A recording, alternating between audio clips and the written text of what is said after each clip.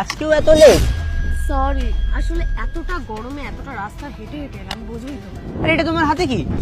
আরে এটা তো শরবত, আমার শ্বশুর মশাই বেরোনোর সময় দিল এটা। এ বাবা, এটা তো পুরো ফুটো হয়ে গেছে, পুরো রাস্তা পড়তে পড়তে এসেছে। ফেলে দাও। সত্যি তো তাই, আর পুরো রাস্তায় লাল লাল দাগ হয়ে গেছে। আরে আমি বুঝতেই পারিনি একদম। ঠিক আছে ছাড়ো, আমরা আজকে চলো কোথাও ঘুরতে যাই।